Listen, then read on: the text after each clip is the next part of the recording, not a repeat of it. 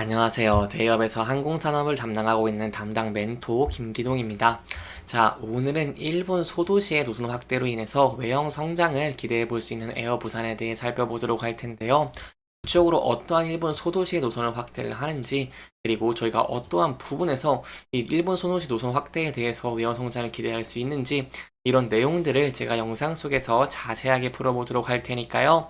딱 5분만 집중한다고 생각하시고 지켜봐 주시면 정말 감사하겠습니다. 이번 시간에 일단 에어부산이 부산에서 도야마 전기편을 운항한다고 하는데요. 여기에 대한 세부적인 내용 저와 함께 살펴보도록 하고요. 현재 일본 지방에 대한 노선의 수요가 점진적으로 증가하고 있는 모습을 보여주고 있기 때문에 이러한 노선의 증가에 따라서 에어부산이 어떠한 수를 받을 수 있을지도 함께 살펴보도록 하겠습니다. 그리고 마지막으로 이제 에어부산의 차트를 저와 함께 간단하게 지켜보시면요. 이 계속해서 앞서서 지지를 받은 라인트에서 지지를 받고 있는 모습을 보여주고 있기 때문에 이러한 지지 라인을 바탕으로 저희가 향후 어떠한 전략을 짜는 게 좋을지까지 제가 이번 시간에 이러한 순서대로 중요한 내용들을 하나하나 풀어가 보도록 할 테니까요. 영상 시청해 주시기 전에 구독과 좋아요 한 번씩만 눌러주시기를 부탁드리도록 하겠습니다. 에어부산이 5월 7일부터 22일까지 부산과 도야마 부정기편을 다시 운행을 한다는 내용이 나와서 여기에 대해 좀 자세하게 설명해 드리려고 합니다. 이렇게 일본 소도시에 대해서 사람들의 수요가 증가를 하고 이런 상황이기 때문에 에어부산 같은 경우에도 이렇게 부산 도야마 부정기편을 다시 운항하고 있는 모습을 보여주고 있고요. 이 부분에서 저희가 조금 기대해 볼 수 있는 부분은 바로 이 에어부산의 부산 도야마 부정기편 같은 경우에는 지난해 5월 그리고 10월에 운항 당시에도 90%의 높은 평균 탑승률을 기록을 하면서 큰 인기를 끌었던 바가 있기 때문에 이러한 노선 운항을 바탕으로 저희가 2분기 실적에도 긍정적인 실적을 좀 기대해 볼 수 있겠다라고 볼 수 있겠습니다. 아무래도 에어부산 같은 경우에는 다른 저비용 항공사, 즉 LCC들과 좀 비교를 해 본다고 한다면 가장 높은 영업 이익률을 기록을 하면서 높은 수익성을 보여주고 있는 것이기 때문에 이렇게 일본 노선을 다시 또 운항을 한다는 것은 이러한 수익성적인 측면에서 저희가 더 높은 수익성을 기대해 볼 수 있겠다라고 볼 수 있겠죠. 그리고 이제 에어부산 측에서 이제 언급한 것도 제가 좀 말씀을 드리면 현재 비교적 혼잡이 덜한 소도시를 찾는 관광객이 늘어나고 있다고 밝힌 바 있고요.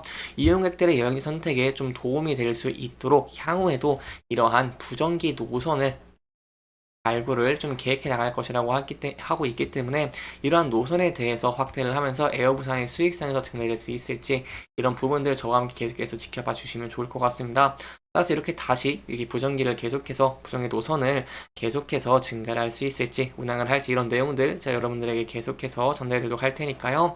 영상 시청해 주시면서 구독과 좋아요 한 번씩만 눌러 주시기를 부탁드리도록 하겠습니다. 이렇게 에어 부산이 일본 소도시의 노선 운항을 이 부정리편을 운항한다거나 아니면 노선에 대해서 신규 노선을 늘리는 이유는 바로 일본 그리고 일본의 간선과 지방 노선을 여기서 추이를 좀 지켜보시면 한눈에 파악하기 쉬우실 것 같은데요. 그동안의 일본 간선에 대해서 이렇게 높은 여객이 좀 증가하는 모습을 보였지만 최근에 23년 1월을 기점으로 해서 일본 지방에 대한 노선 여객 수가 증가를 하고 있는 모습을 보여주고 있습니다.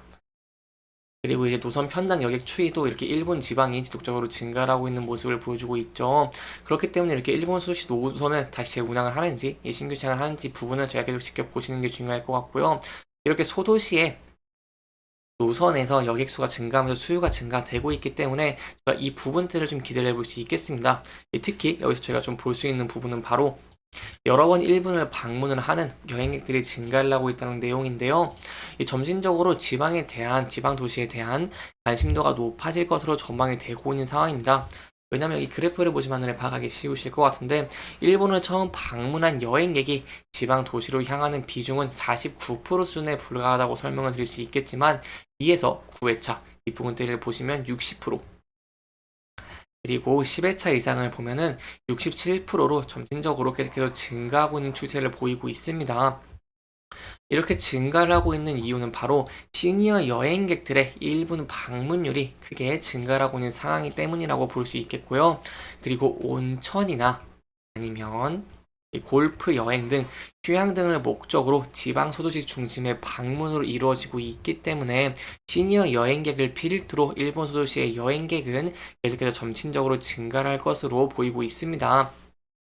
그리고 또 저희가 이렇게 소도시의 노선 그리고 소도시의 수요가 증가함에 따라서 하나 더 체크를 해야 되는 게 바로 이 패키지 부분에서 패키지가 증가를 하면서 여기에 따라서 여객에 대한 수요가 더 증가할 수 있을지 이런 부분들을 함께 지켜보시는 게 중요할 것 같은데요. 이 과거에는 소도시 같은 경우에는 교통 그리고 언어적 편의성 등을 이유로 패키지 여행이 계속해서 선호가 되었던 만큼 향후 이 여행사의 소도시 패키지 여행의 확대가 계속해서 보여지고 있는 모습을 보여주게 된다고 한다면 여기에 대해서 일본 지방에 대한 여객의 수요도 증가할 것을 기대를 해볼 수 있겠습니다. 여기까지 이제 일본 소식 노선이 확대가 됨에 따라서 에어부산이 큰 수혜를 볼 수 있고 이렇게 증가를 함에 따라 노선을 다시 운항을 하는지 아니면 이런 신규 노선을 이렇게 다시 취향을 하는지 이런 내용들도 저와 함께 계속해서 지켜보시면 좋을 것 같습니다. 여기까지 이제 일본 지방에 대한 내용들을 좀 살펴봤으니 차트적인 부분 간단하게 한번 살펴보도록 하겠습니다. 차트적인 부분을 보면 현재 금일 같은 경우에는 주식의 이 지수가 좀 크게 하락을 하고 있는 모습에도 불구하고 에어부산 같은 경우에는 0.6% 정도 좀 상승을 하고 있는 모습을 보여주고 있습니다.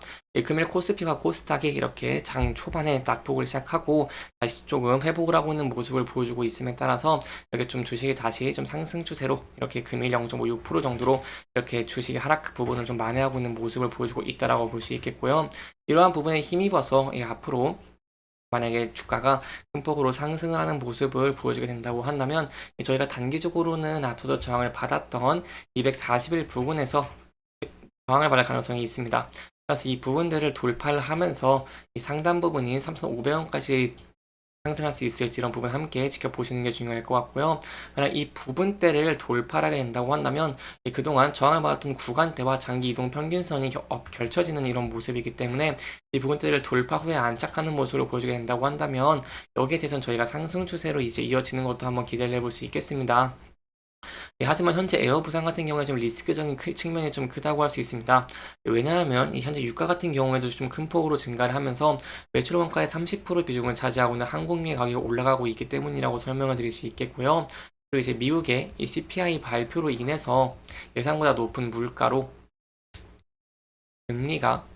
금리 인하에 대한 기대감이 좀 줄어들고 있습니다. 따라서 이게 금리 인하가 예상보다 늦게 된다고 한다면 에어부산 같은 경우에도 많은 항공기들을 리스를 하면서 이런 리스비를 지급을 하고 있기 때문에 여기에 대한 부담이 계속 있을 수 있다라는 부분도 염두에 두시면 좋을 것 같고요. 따라서 현재 금리가 좀 어떻게 되는지 그리고 이제 저희가 앞으로 지켜볼 수 있는 물가적인 부분도 어떻게 되는지도 함께 지켜보시는 게 중요할 것 같습니다. 따라서 이런 부분이 좀 부각이 되면서 리스크적인 측면으로 주가가 좀 하락을 하는 모습으로 보여지게 된다고 한다면 저희가 전 저점 부분에서 지지를 받을 수 있을지도 한번 지켜보시고 이 부분대도 이탈하게 된다고 한다면 여기에 대해서 좀 리스크적인 관리를 하시는 게 안전한 투자의 방법 중에 하나가 되지 않겠나라고 좀 설명을 드려볼 수 있겠습니다. 이렇게 이번 영상에서는 에어부산의 부정기편 노선 운항에 대한 내용들 그리고 이제 일본 소도시로 수요가 좀 증가하고 있다는 내용들을 조금 짚어보면서 진행을 했고요. 해당 영상은 개인적인 의견이 많이 들어갔기 때문에 투자자분들의 주관적인 생각과 해당 내용을 토대로 현명한 선택을 하시면 좋을 것 같습니다. 영상 잘 보셨다면 좋아요와 구독 부탁드리면서 오늘 영상 마무리하도록 하겠습니다. 끝까지 시청해주셔서 감사합니다.